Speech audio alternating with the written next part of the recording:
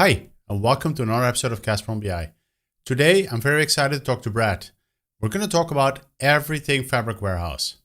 This is something that we have for a long time inside of Fabric, but there's a lot of changes happened in the recent 6 months, 8 months.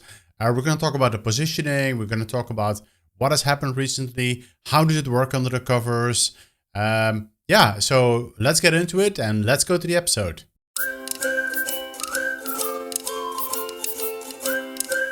All right. So, Brad, good morning. Very excited to have you here and to talk about one of my favorite subjects, warehousing, SQL.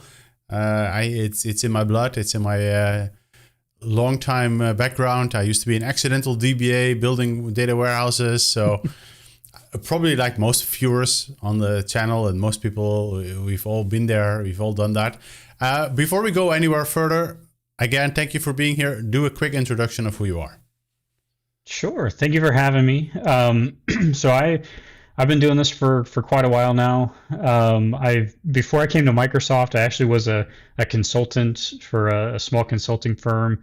Did that for about 6.5 years. Built a ton of data warehouses. Our focus was on Microsoft BI. I did. Some folks might remember the PDW, Parallel Data Warehouse. Became the APS, which became in Azure. Became SQL Data Warehouse originally, then turned into Synapse, and is now the data warehouse in Fabric. So I've been along that entire journey there. So it's been cool to see all this stuff evolve. But like I said, I did that for about 6.5 years, came over to Microsoft, was a CSA for a number of years before ultimately landing here with you on the Fabric Cat team. So my focus right now is data warehouse. So obviously also excited to talk about warehouse today. Yeah, I always remember those old appliances days where they would bring in this huge appliances. Although for a time I was working in a hospital and they had an Informix and they had like huge boxes sitting in the, I don't know, I think like half the server room were like some ancient IBM machine. Yeah. I remember we did one of the first parallel data warehouses that we did. They were delivering two of them. They were both on the same truck. They got it rolled like halfway down the hallway, and then they realized the wrong customer name was on the back of it, so they had to roll it back into the truck and bring the other one out. And so thankfully, we don't have to deal with that kind of stuff anymore. Yeah, just click pretty a button amazing. And now it just goes. Yeah, exactly. Yeah. You just press a button and it's there. Okay, so let's start at the beginning because I know we talk a lot about warehouses and there's a lot of the death of the warehouse has been predicted also probably about the same time, I don't know how long. So maybe let's talk about the Fabric Warehouse and also how we've evolved to be here. And also I think a lot of people have said what is it? That's an excellent question. What is the Fabric Data Warehouse? So I'll give you a couple things that it's not, because this is people usually come in with some sort of an opinion. They're like, oh, well, I heard it was this or that. So first of all, it's not SQL Server. We're Microsoft, so we're very closely related to the SQL Server engine, of course. We use T-SQL on there, but it's not just SQL Server that's running behind it. There's a bunch of other stuff. I'll say it's also not the Synapse data warehouse, the dedicated SQL pools. A lot of people, when we first launched Fabric, they were like, oh, well, Microsoft, you guys are just putting the dedicated SQL pool engine into Fabric and calling it a day. It's absolutely not that. It is wildly different. We can talk about some of the details behind that here in a second, but wildly different than what we had in Synapse Gen 2.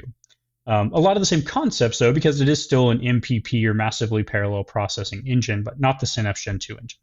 It's also not the Polaris engine. So if folks came from the Synapse world, will remember the serverless engine that we had over there. That ran something, the Polaris engine behind that. We published a big white paper about it and all this kind of stuff. It's also not that specifically, but it is kind of a combination of all those pieces. It's a little bit of the Polaris engine where we work directly over storage for the data, but not as tightly coupled to the data, not using MDF, LDF like we would in SQL Server, the same way we would with Synapse. So Polaris engine kind of modified for the next generation of data warehousing to fully get us that separation of compute and storage is kind of where what the engine actually is behind the scenes. Yeah, and I think maybe the other thing too, right? That's one of the biggest differences. This is SaaS. True. Yeah, you're right. One of the big things, big changes for people, just generally when you start looking at Fabric, is kind of that, excuse me, that mindset shift from the PaaS world to the SaaS world. So, folks going from on-prem into the cloud, we were always talking like, oh, there's no more job for the DBAs, and we're getting rid of DBAs and all that, and that obviously turned out to be false.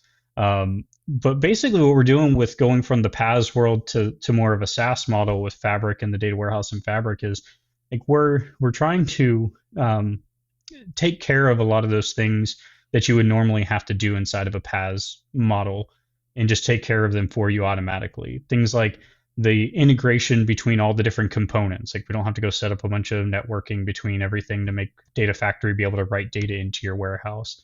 From the actual warehouse platform itself, like we're doing things like proactively building statistics on your tables so that you don't have to go figure out, well, what columns are my customers going to use? Like we want to be more intelligent about the management of the platform itself, so you guys don't have to actually worry about that sort of thing.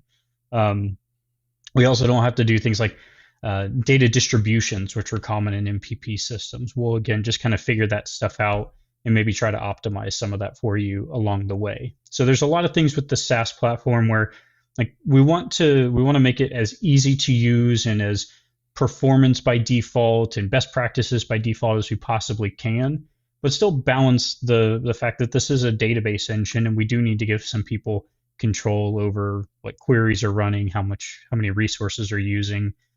So you'll see a lot of the SaaS kind of stuff come in with the management of the platform itself, as opposed to the actual user data side of things there.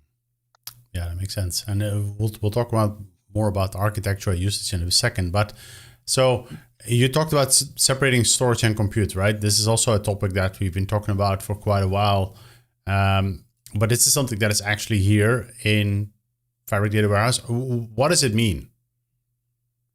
Yeah, so one of our problems in the past that we've had with MPP platforms just generally is the fact that your compute and storage were, in order to provision compute, let's say, you had to have a certain set of storage associated to the compute nodes. So if we look at like Synapse Gen 2, what that meant to us was if I had 2 compute nodes, each compute node had its own set of data that it was responsible for, and it had data files and log files associated with it, which meant if we wanted to scale up and add more resources in, that we had to redistribute that data across the different nodes. Now, at that point, it was just detach and attach files, data files, but it still took time and meant that like we couldn't scale online. So there was always a downtime to the scaling operations. Because we've truly separated the compute and the storage here in Fabric, though, we can actually allocate and deallocate compute nodes on the fly. So if you come in and you run a really big query, then we're going to add a bunch of compute nodes behind it, and you're never even going to notice that. It's just going to happen. And then I come in a few minutes later, I run a smaller query. We're going to get rid of some of those compute nodes and only use a subset of them. So we can do all these things with like online scaling and dynamic allocation of compute nodes and those sort of things to adapt to the workload much easier, because we don't have that direct tie that this compute node is only allowed to talk to this little set of data over here, and so on and so forth. So that gives us a lot more flexibility from that perspective.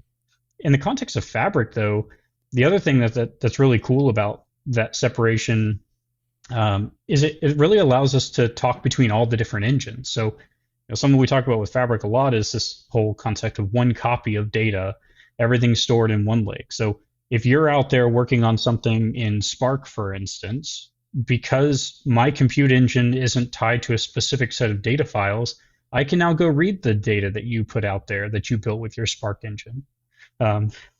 Same sort of thing. Like I built something inside my data warehouse. You want to come over and build a Power BI report off of it.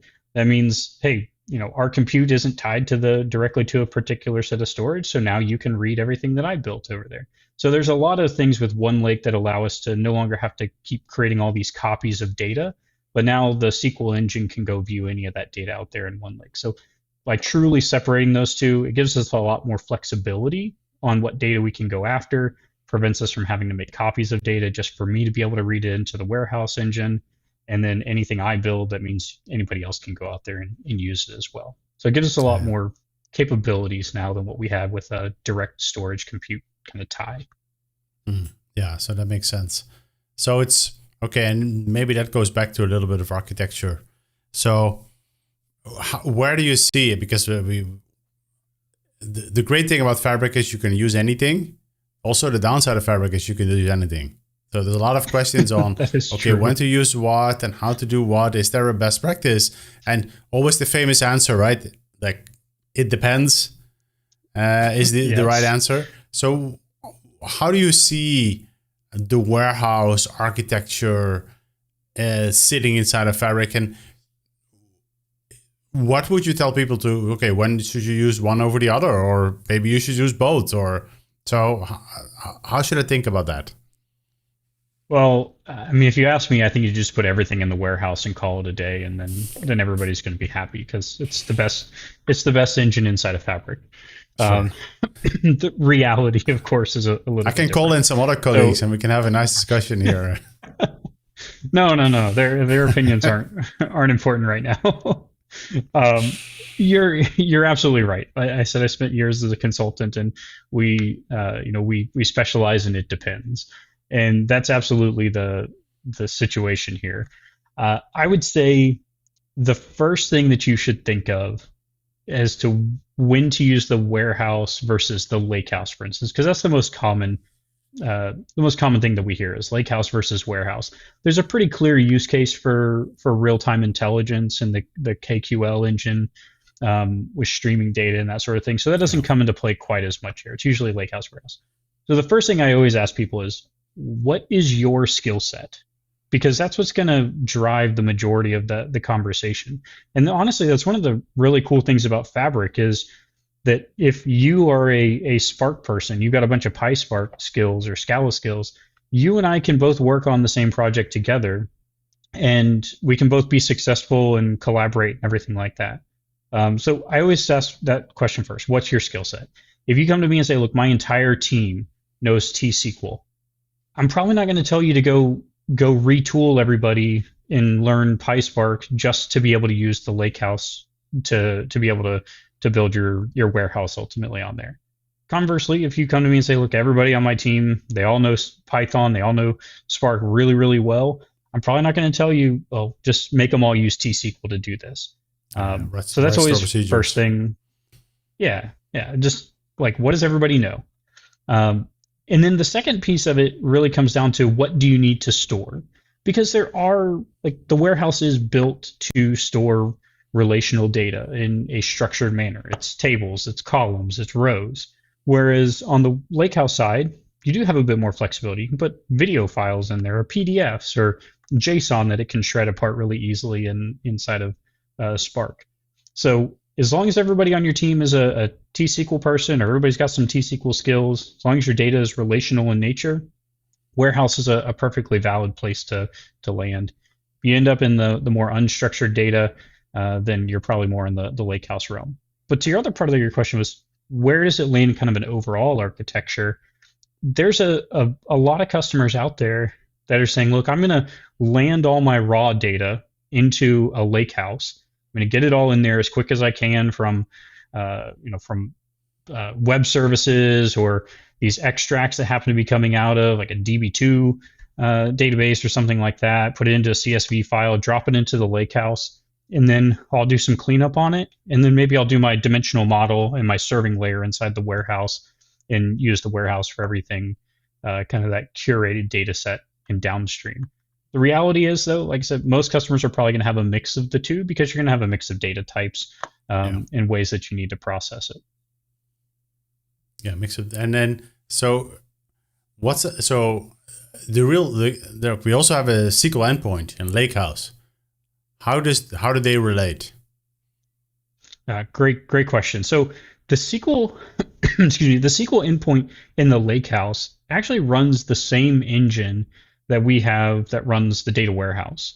So if you are a Lakehouse first team and you build out your dimensional model and everything, and you put it into your Delta tables inside your Lakehouse, that does mean anybody downstream that wants to be able to consume that data, do your ad hoc analysis with T-SQL, that sort of stuff, all that data is going to be available to you on your SQL endpoint. So, all the things that we do in the warehouse engine, kind of that we were just mentioning a bit ago with like the SAS engine, like proactively creating statistics and, scalable compute and all these sort of things, all that same sort of stuff applies to the SQL endpoint, whether that's over top of a Lakehouse or whether you got data that you're mirroring into Fabric and you get a SQL endpoint on top of the mirror. You have a SQL DB inside of Fabric, you get automatically mirrored, and there's a SQL endpoint over there. So all of those things are going to be using that same engine, which also means that we can do things like query across databases. So if I build my warehouse in the data warehouse, you build some stuff inside the Lakehouse into Delta tables, I can actually query across those two, and it just happens seamlessly. So anything you create, I can just use downstream, vice versa. If you want to go into your environment, again, you can just pull in the data there as well. So same engine that we run behind both of them, which makes it a nice kind of seamless experience for folks. They don't have to say, oh, wait, well, now because I know SQL, I've got to go learn ANSI SQL and be able to run it in Spark SQL or something like that. Now you can still use T-SQL over top of that SQL endpoint very effectively as well. Yeah. So, okay. So we already talked about a lot of concepts. So we have Lakehouse, that is a Spark engine that is running there. It's talking to the files in the lake, just regular files, and then they store them as Delta most of the time. Yep. Then you can load them into a warehouse. That is more our traditional MPP engine warehouse system. It is different because we have separated the compute and the storage, so you can throw as much compute at it as if you want, as you can. And there in the warehouse, you can use all the SQL that you know. Is that true? Yep. For the most part. So I'll say the summary of those two engines. The Lakehouse, from a Spark perspective, is read-write, and it's read-only for T-SQL. The warehouse is read-only for the Spark engine and read-write from T-SQL. So that's kind of the differentiation between the two. To your question about, can I use everything that I'm used to in T-SQL inside the warehouse? I would say within reason, the answer to that is yes. So we don't have 100% T-SQL coverage on the warehouse versus what you would see in like an Azure SQL DB or a SQL Server Box product. There's a couple of things that are important that we're in the process of landing. Just a few weeks ago, we landed the merge capability. That was a highly requested item. Here, coming up pretty soon, we're going to be adding identity columns into the warehouse. So there's a couple of like little edge cases on common T-SQL things that we're either just now landing or coming very soon. But there are some things in there that just don't make sense, honestly, for this environment. Like we don't do partitioning, for instance, inside of Fabric. We've got a concept we might talk about a little bit later that's similar, but you're not going to see partition syntax, for instance. You're also not going to see secondary indexes. Again, we just don't support them inside the data warehouse. So you won't ever go in and say create non-clustered index on a couple of columns there. So from your DML, your data manipulation language, your like things that you would use during your ETL process, I'd say at this point we're pretty well covered. If you're using it in SQL, we're probably going to be able to do it inside of Fabric for the most part. Yeah, that makes sense. And then so let's say we're back to that architecture, right? So you're doing some stuff, you're landing data into the lake, you're manipulating it with Spark maybe, and then you're landing into the warehouse. But that warehouse also lands it back to the lake. How does that work? Correct. Yeah. Yeah. So that was a kind of key piece that we didn't talk about earlier in the architecture there. One of the big differences. Part of our separation of compute and storage that we've done is we've said the warehouse is now going to natively store all of its data inside of Parquet format. And we're going to publish the Delta log out there. So all the tables are in OneLake as Delta tables. So that means, again, from Spark, you can go get that. You open up OneLake File Explorer or Azure Storage Explorer. You can connect to the endpoint, the storage endpoint for your workspace, and you'll actually be able to see the Parquet files and the Delta logs that go along with that. So the warehouse engine is natively reading and writing those Parquet files as your tables are either being written to or updated or whatever happens during your ETL processes there. So that's a big departure from what we did in every other SQL-based product here at Microsoft, where we use MDF and LDF files for your data and your log. We're now just using native Parquet. And so what moment does it happen, right? Because let's say like another one of the big things that is different in the warehousing world versus the Spark world is you can actually have transactions, right? True. Yeah. So we'll do transaction coordination on the SQL endpoint, or on the data warehouse engine rather, which is one of the reasons why I called out the differentiation is the Lakehouse is read-write from a Spark perspective, but the warehouse is only read-write from T-SQL, because we have all the transaction coordination in the T-SQL engine itself for the warehouse. And that's what allows us to do things like multi-table transactions, parallel transactions inside of SQL, all the stuff you're used to from a SQL Server perspective, because we manage our own logs there, and then ultimately, like I said, publish out the Delta log that goes along with that. So every operation that you do, though, natively happens over top of those Parquet files that sit out there in OneLake.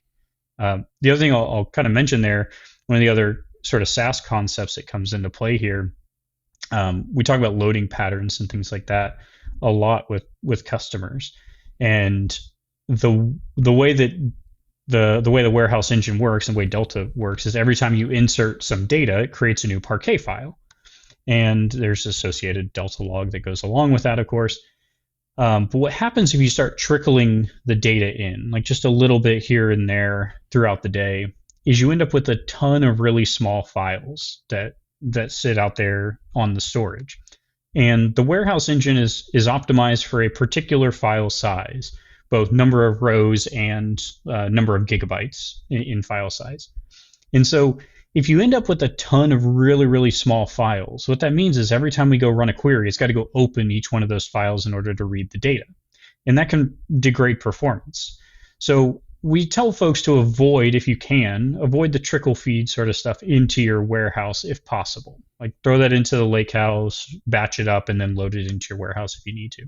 But if you happen to be one of those customers that says, I need to do this anyway, I don't want to use the Lakehouse in there, I'm just going to trickle that data in. What you'll see happen is you've got this process that runs in the background called automatic data compaction. This is one of those just kind of SaaS things where we take care of the maintenance and stuff for you.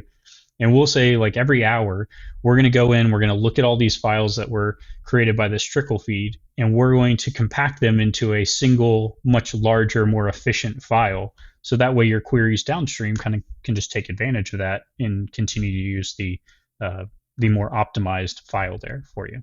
So even that sort of stuff, as you do your ETL processes in the background, we're always optimizing the layout of the data to make sure that it's good to go for you. And that happens whether you do trickle feeds or your inserts, updates, deletes, all your DML operations. Okay, yeah, well, that's okay. So let's talk about it, because you were talking about optimizing and stuff. So what about like performance? Like we talked about, you talked about before, like partitions, stats, caching. Like your team before, you were also doing, and still do, by the way, like Azure, the Synapse databases, where a lot of the time was spent on performance tuning, and now magically everything works. So can you talk a little bit more about that, like, and what should people think about? Yeah, so that's very true. I spent a lot of time over many nights sitting there, like, tweaking the distribution column or updating stats because I loaded data and forgot to do it, and then just see if things work. And they say we take care of a lot of that stuff. There is no more data distribution to tune. But I will talk about a couple of things, like one thing that we have coming that we've already announced, but will be coming here pretty soon. But let me kind of just walk you through what when I go in and customers say, hey, we're having some performance issues, let's take a look and see if we can dive into this. The first thing to look at, because we take care of a lot of this background stuff, is just going to be the query itself. I'll be honest, a lot of times folks don't write good SQL. A lot of times tools write really, really terrible SQL. And that means we need to go in and we need to look at the query itself. Like, are we doing a bunch of like nested subqueries and things that could be written more efficiently? Are we doing left joins where there could be an inner join that change the way the engine works and some of those things? We don't support a whole lot of query hints on the warehouse, but there are a couple of those out there at this point that you could even use inside of your query. We don't recommend it, but if engineering tells you, hey, you need to add this on there for a period of time while we fix something, then you might use one of those. Well, the first thing we're always going to look at is going to be the query itself, and that was true no matter whether you're on SQL Server or anything like that. Yeah. The next thing we're going to look at is there's this cool thing in Fabric on the SQL engine called Query Insights, and what it does is it tells you a bunch of information about every single query that runs on your warehouse. So it'll tell you things like how much data was scanned from remote storage, which would be OneLake, how much data was pulled from the local SSD cache, how much CPU time was spent on a query. So you can kind of look at all those pieces of information and try to see, all right, well, where is my bottleneck? Like, am I reading just a massive amount of data out of OneLake, and maybe I can modify my query to try to scan less data?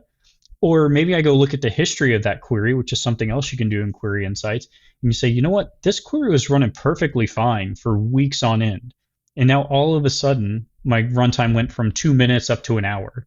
And you can look at that and say, well, the data scanned on this was really small before, and now it's all of a sudden jumped up to this huge number. So maybe there was a data change or an ETL issue that you didn't know about, and this will help you identify that. So like some of these things that you just had to eventually go find in the data, we can sort of use some of the Query Insights pieces to be able to identify a little bit ahead of time. So first query, then Query Insights. Was there a change in the data or a change in the query potentially there? From there, I usually go to the data model, because that's going to be the biggest place that folks have an impact on their query performance outside of the query text itself. We always preach this inside SQL Server, and it's just as important here because we do use a lot of the same concepts from SQL Server, which is don't use a larger data type than what you need. Don't use a big int when a tiny int will do. Don't use varchar max when you only have to store 20 characters or something like that. And so I've seen situations where we took the data model and we said, well, the default on this, because somebody just did a copy and convert, was using varchar 8000. But we know the field only stores 250 characters max. So we bump it down to varchar 250 or 300, give it a little bit of pad.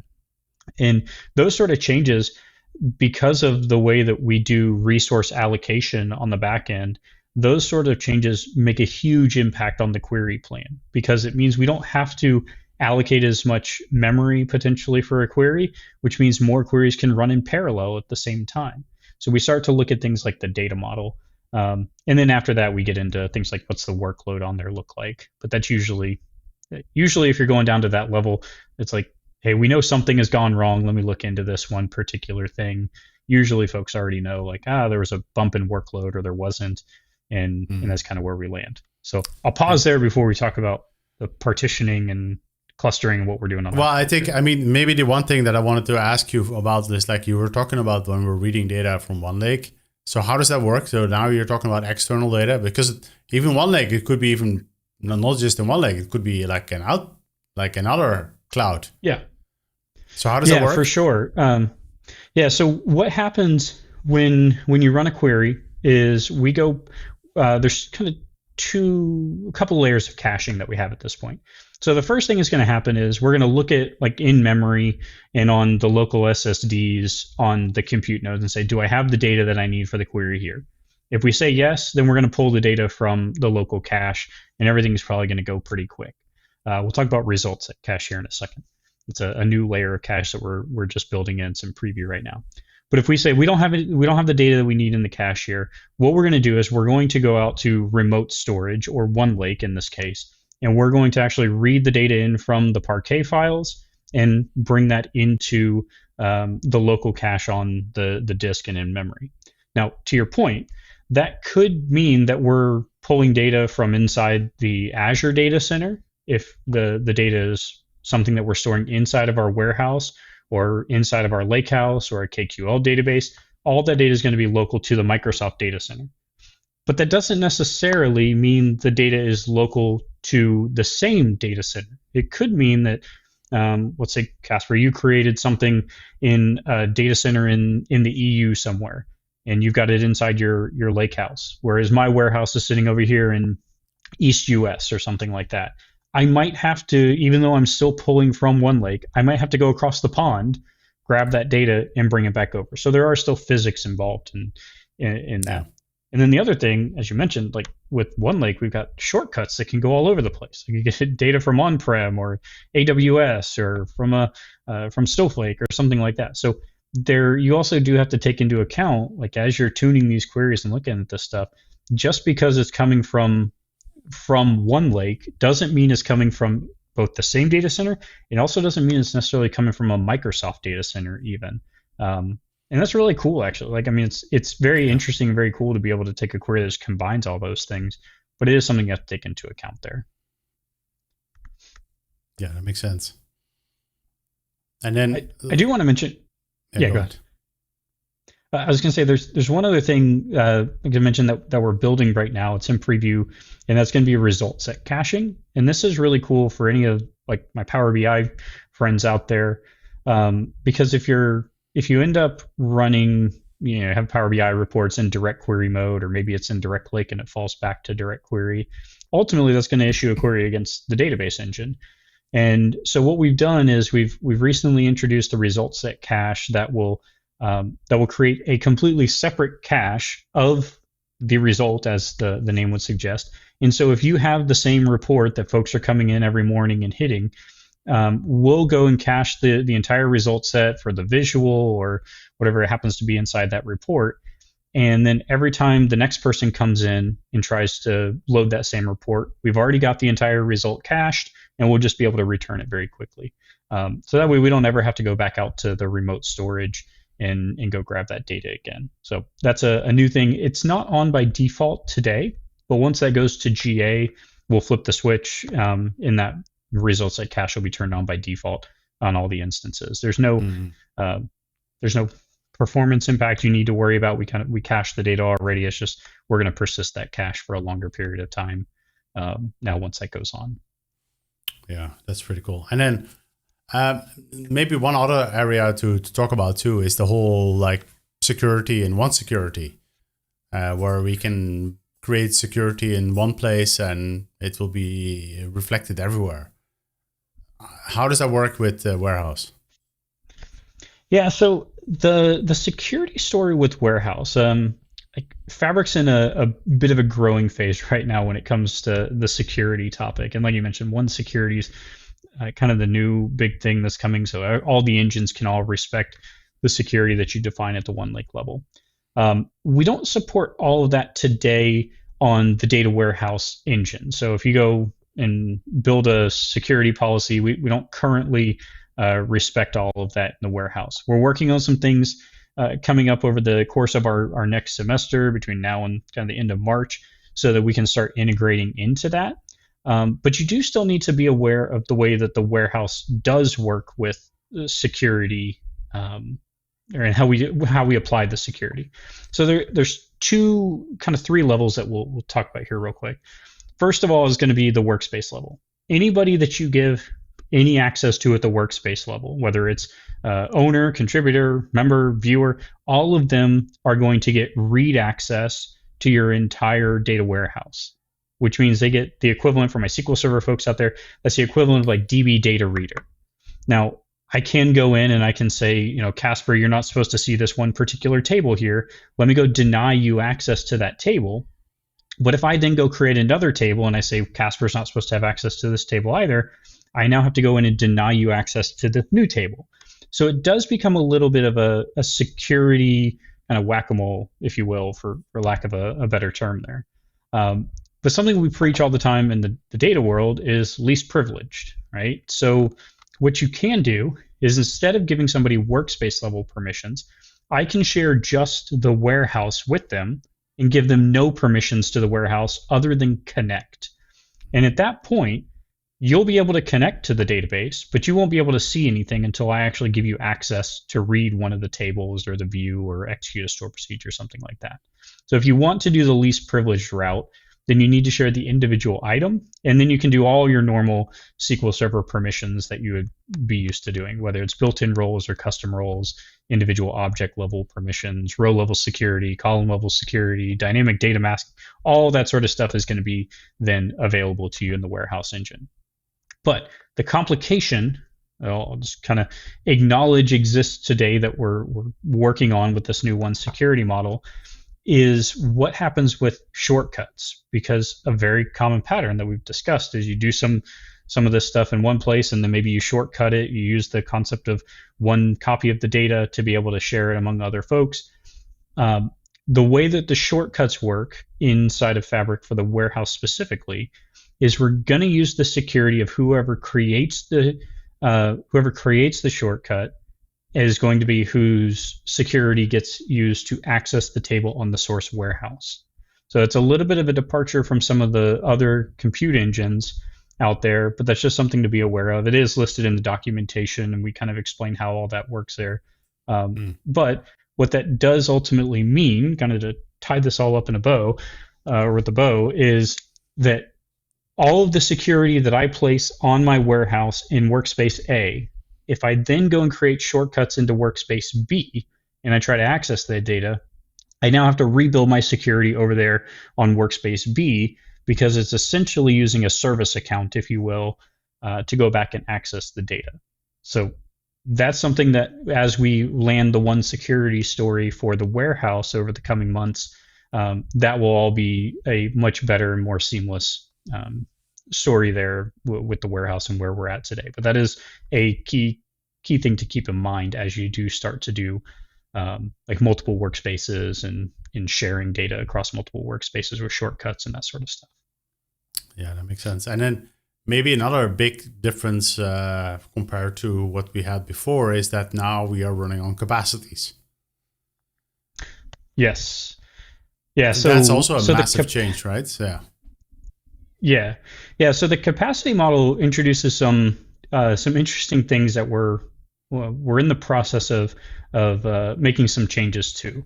So the way that the compute with the warehouse works is there's essentially two boundaries that you can think of. One is going to be the capacity level. If you and I both have our own capacities, we both put a warehouse out there, obviously your capacity is going to any queries that you run are going to pull from your capacity. My queries are going to pull from my capacity. Completely separate compute is being used between all those, all that kind of stuff. Like that's what everybody would expect. The other boundary that we have from a compute and capacity perspective is actually the workspace level. So inside of Fabric, each workspace is technically its own server, if you will, from a SQL perspective. So what that means is, Kasper, let's say you and I are both working on the same capacity, but we have two separate workspaces. We're technically going to be bound by the same number of CUs. Obviously, we don't get separate CUs for each of our workspaces. But if you and I both go and run a really big query, and let's say that they both like the maximum number of nodes, just to use some round numbers here, and to get into some weird internals here, but the maximum number of nodes that your capacity is allowed to have on a workspace is 100 nodes. Technically, because you and I are both running on separate workspaces, we each get access to 100 nodes. Now, sure, we're going to burn through our CUs twice as fast, but you and I can actually run the same exact query in parallel on separate workspaces and get the same exact performance between those two. So that's kind of nice that you can separate things at the workspace level and get some extra compute power there. The other thing that we're doing that kind of introduces a third level of capacity governance is, again, we announced earlier this year this thing called custom SQL pools. And what that's going to allow us to do is go into a single workspace and say, I want to carve up those 100 compute nodes that I've got access to into custom pools, as the name would suggest, and say that I want to have a reporting pool that gets dedicated access to 50 of those nodes because I want to make sure that they always get really good performance. And then I want to reserve 25 of those nodes for my ETL process that's going to run randomly throughout the day. And then I've got another 25 nodes that are just going to be reserved for ad hoc queries when people come in and run them. And what that allows us to do is say my reports are always going to have a predefined performance level that they're going to be able to run at. My ETL is going to have it. And then all these ad hoc queries, they're not going to be able to go take over the rest of my capacity and run up my CU bill really, really quickly because they're going to be limited to only a quarter of the compute nodes that I've got available to us. So we're starting to introduce some of these other concepts to give you a little bit more control over how that capacity is actually used, but within the confines of the warehouse workload. So that stuff we just talked today, about, right? It doesn't manage the other ones. When you assign a warehouse to a capacity, it potentially can take up the whole capacity. Sure, it very well could, and that. So that will actually continue to be a challenge for a bit longer. Like you can use the custom SQL pools to say I only want to use a certain amount of my DW compute. So you can have it burn through your CUs a little bit slower, but there's not really the ability to go in and say, well, I only want it to use X number of CUs, or I want it to allow it to use more CUs and go do like Spark Autoscale does. Again, we're working on some things from that front to give you a bit more flexibility and a bit more control over how much compute is being used by the data warehouse engine. But those are going to be some things that land probably early next year, and we'll have some more announcements on later. So for right now, the ways you've got to manage is going to be custom SQL pools, and then the name of the feature escapes me, where you can go and reduce the background rejection threshold. I always forget the actual name of that one. You know what I'm talking about, hopefully. But that gives you extra headroom for your Power BI and your interactive stuff in there. So that will obviously be respected by that as well. So I think and the other massive difference is that we have this concept called background and foreground compute. Is that also the case here? Yeah. So in Fabric, we've got interactive and background, and what that ultimately governs is when things are going to be rejected, or just say, hey, we're not going to allow any more of that particular thing to run, in order to free, make sure the capacity has space for other operations, or whether things are going to get delayed. And so the warehouse everything that you're running in the warehouse is all going to be background operation. So what that means is if I go run something, it uses, let's just say 1,000 CUs or CU seconds. That's actually going to be smoothed over a 24-hour period versus the 5 or 10 minute that interactive things like your Power BI reports are going to be smoothed over. So you do have to take that into account, is that it's going to smooth it over the 24-hour period there. And it also, therefore, is going to follow the background rejection policies, which means once your capacity hits that 100%, then you're going to get a message that says, hey, your capacity is, there is no capacity available. We can't run this data warehouse query. Wait till the capacity has space in it. So everything warehouse across the board is all going to be background operation, then smoothed over 24 hours. Yeah, so it's definitely a different way of thinking. And I think maybe the other thing is, this is the thing I always talk about when I'm doing my Power BI presentations. Like 9 out of 10 times, it's warehouse and Power BI or warehouse and analysis services are like the match made in heaven, right? They're always together, like the pair. And the way that usually works is at night you run your ETL, you run it into the warehouse, then you run your warehouse into Power BI, and then everyone wakes up in the morning and goes to their office and looks at their reports, and then analysis service is being attacked. So at night it's usually the warehouse, and then over during the day it's the models that have been fed from that warehouse. And this is where I think our things are very interesting, especially in the Fabric world. Is you only need one capacity. Right? Because at night you're doing this, and during the day you're doing this. You don't have to spin up two different things. You don't have to spin anything down or anything up. It's just the life cycle of the data going through the night and going through the day. So there's a lot of interesting opportunities here that people can take advantage of. Yeah, there really are. Like I'm working with a customer right now, and they're going to see a pretty big cost reduction moving over to Fabric for a couple of things you just mentioned there. Actually, like they're running Synapse Gen 2 today, um, and they have to keep their dedicated SQL pool running online at a particular level 24/7 for two reasons. One, they can't take the downtime to do the scaling. And we talked about earlier that we kind of allocate and deallocate compute nodes on the fly, so they don't have to worry about that piece of it anymore. Um, but they also need to be able to serve these reports. And so even though they may not need during the day, they may not need all that capacity for their reporting, but they need it all at night. So they end up paying for the same thing 24/7. Whereas here in Fabric, because of the capacity model, as you mentioned, along with the smoothing, we can run that ETL at night. So we'll use as much of that capacity as we need at night for them to run what runs today on their dedicated SQL pools. And then during the morning, they're using Direct Lake for some of this stuff, so it never even hits the warehouse engine. And the Yeah. stuff that does is either is a subset of that or it's ad hoc stuff. So their warehouse usage is much lower, but their Power BI usage is pretty high up there. So the Yeah. capacity model helps in that respect So tremendous amount with that. that's the other thing we didn't talk about, right? Because now the files are that you do something in the warehouse, like say you write a store procedure or do something and the data lands in the warehouse, it automatically lands on the lake. And now we're back to Direct Lake, allowing you to directly connect to that same data without having to move it around or import it again, or having to pay the compute of, like, my background is mostly analysis services. So like the processing is very, very expensive. Like there's a lot of time and CPU spent on processing the data. We don't need to do that because it's already done. Because the data is sitting in the lake. Yeah, for sure. And this is, again, back to that concept of write it once, use it with whatever engine you need to.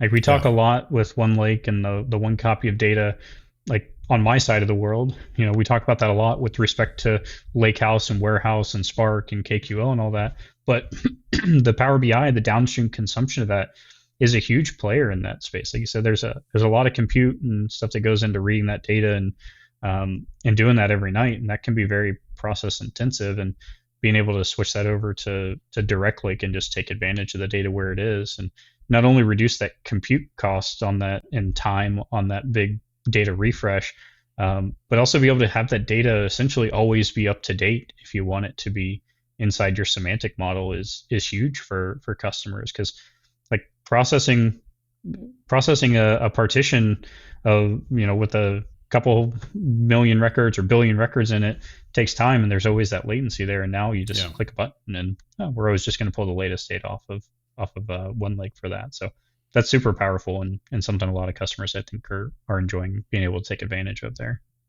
Yeah, and then so let's go back to your peeps, right? The Synapse Gen 2 people out there who are watching this and thinking like, okay, do I need to move or should I move? Or like, first of all, I think the message is pretty clear. You don't have to move. Synapse will be there for a very long time.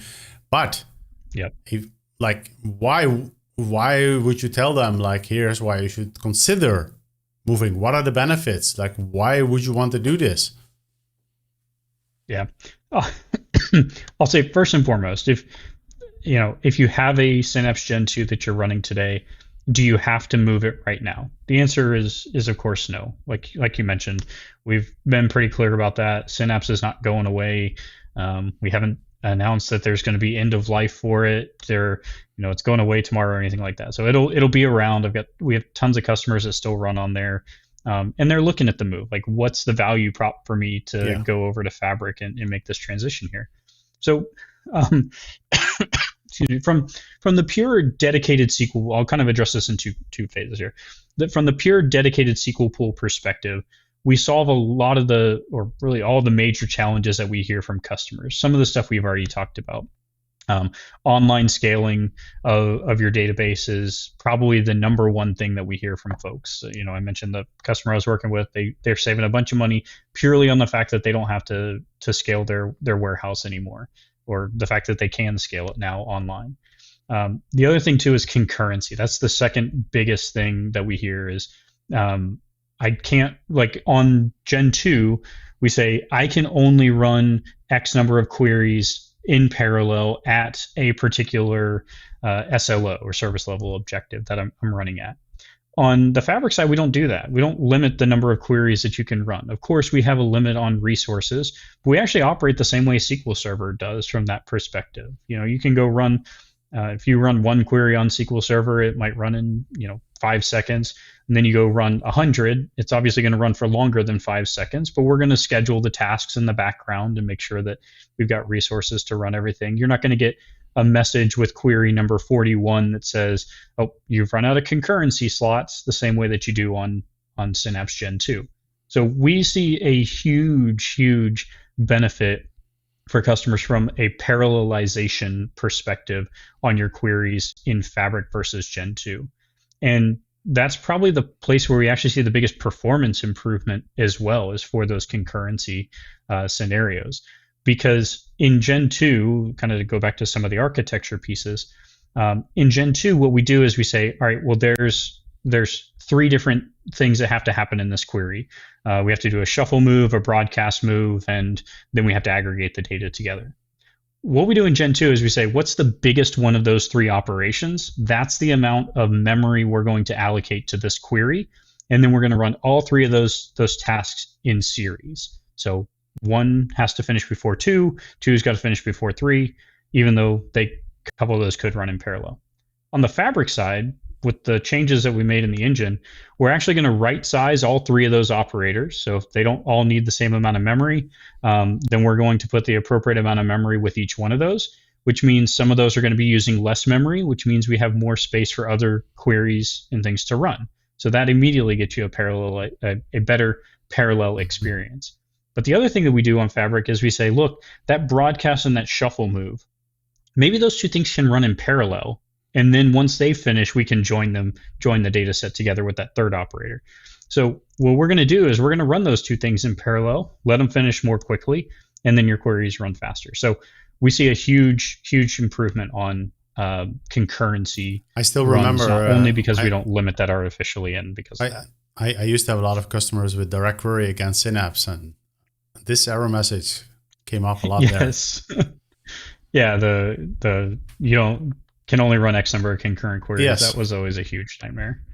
So, but yeah, like I said, good. Those 2 things by themselves are going to be the biggest reasons. The other reasons from just the SQL engine itself is, like I said, it's just much easier to manage. We don't have to worry about distributions or partitions, stats maintenance, all those things that are just headaches for Gen 2 customers. And what about the other piece of it is, like I was saying, how people are saying, well, okay, this is all great, but what about my performance? Like, are we expecting the same or better performance? We have seen much better performance on the majority of use cases. I'm not going to sit here and say that everything that you just say, I'm going to copy and paste this over, is immediately going to be, just light years better. But the vast majority of it is. I'll give you one example. We had a customer just recently, they finished this up. On their Gen 2 instance, they were able to run about 20% of their data, I want to say it was, through the Gen 2 system. They had to limit the amount of data they were processing in any one moment because that was as much as they could get to go through it. Let's just say that process ran for about 6 hours. I don't remember the exact numbers. But we took the exact same data set, put it over on Fabric, made a couple of tweaks to the queries and to the data types, that sort of stuff. And we were able to not just run 20% of the data, we were able to run 100% of the data with no sampling or anything. They just let it loose on all of it. And instead of it taking 6 hours, the entire thing ran, I want to say it was in around 2 hours, or maybe even less than that. So again, that's like not just better performance, that's better performance with 5 times the amount of data behind it, even in that particular case. So we see customers that have that sort of experience. And then, like I said, we have a lot of customers that just see because of the improvements in the way that the engine manages resources and everything, we're now able to run our workload for less money over on the Fabric side there because of the performance improvements that we get. Now, obviously, there are some cases where that's not going to be the case. In those cases, that kind of checklist that I mentioned earlier that we go through, we look through that sort of stuff. And then that's also where folks like me and folks on our team get involved sometimes so that we can make sure that we work with engineering to get those things fixed so that it doesn't happen for you or the next customer down the line.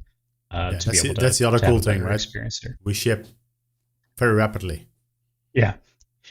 There's there's been situations like the customer I was mentioning just a second ago where they had 5 times the amount of data.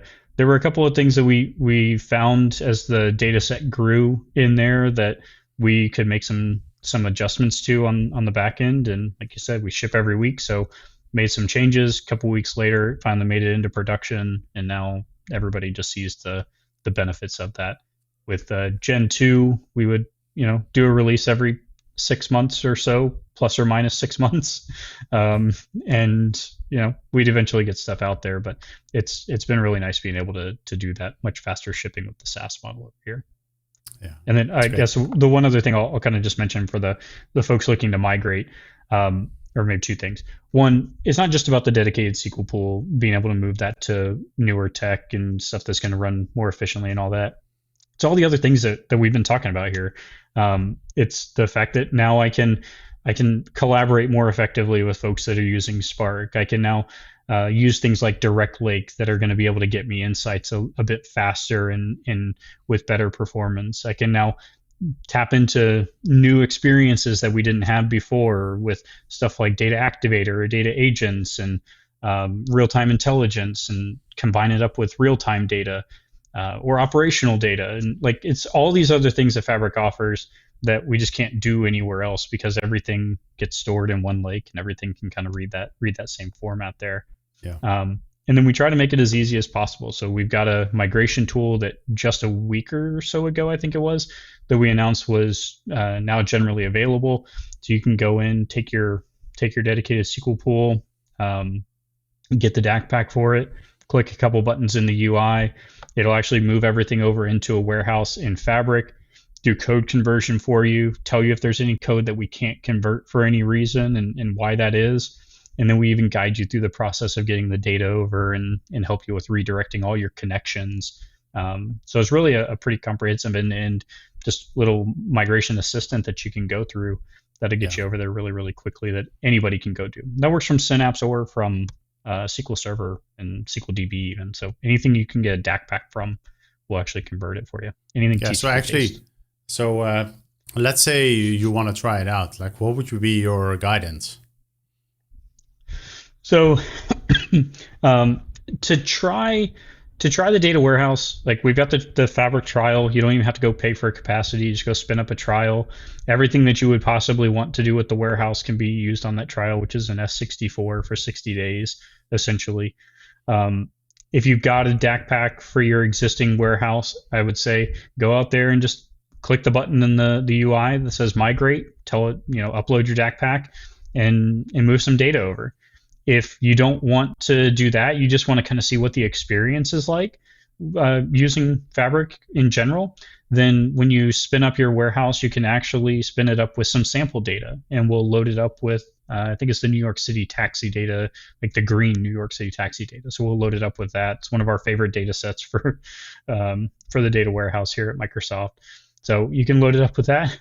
We'll give you some sample data. You can go run some queries. You can check out all the stuff that we mentioned, things like query insights. You can see create some other tables, see the syntax differences, all that kind of stuff. So you've got the option to use your data or use our sample data in there and kick the tires for 60 days for free.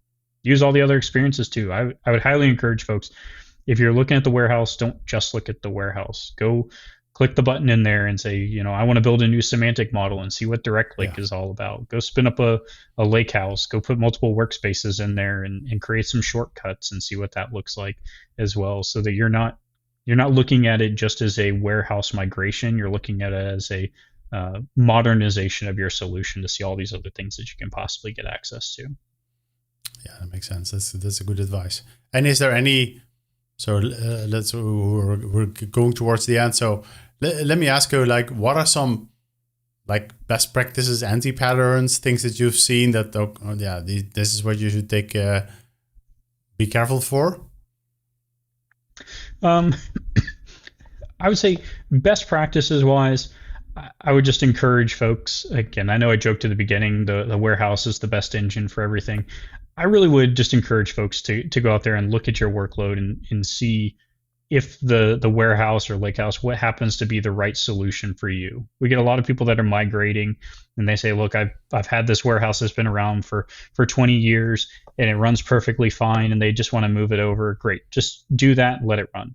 Get other folks that say, look, we've had this warehouse for 20 years, but nobody on my team knows anything about it and nobody has the skills to maintain it. And I would say, all right, well, look at modernizing. Maybe do look at the Lakehouse. So I would say, don't just take your bias of old and just copy and paste that into Fabric. There's a whole new world of things to look at there. And the chances are pretty high that the data volumes have grown too over time. Very true. Yeah. Yes. Yeah. And there's all kinds of considerations that you could do alongside that as well. One thing I would say kind of anti-pattern that I would say to avoid is another one of those kind of copy and paste from the past sort of things. I do see sometimes that folks just take their existing processes and they continue to use it with no intentions of ever modernizing it. And so one thing I see in that pattern is not taking advantage of OneLake and the power of that one copy of data and shortcuts and every engine being able to read that data. And they'll go through every single iteration of their data and they'll make a copy of it along the way every single time. And then if you want to use data between workspaces and use cases or business units, then they just copy the data between different workspaces like we used to have to do. Again, I would say go out there and look and see what Fabric has to offer, understand these pieces of functionality. You don't have to copy your data every single time you want to use it someplace. So don't just kind of repeat the mistakes of the past from that perspective. And then the other kind of pattern I would say to avoid is just thinking that you can treat all data the same. Like, again, we come from a world where maybe everybody was given access to the data lake. And so everybody's got access to the raw data, and then you give everybody access to the curated, and you put all your security gets put into your just your semantic model.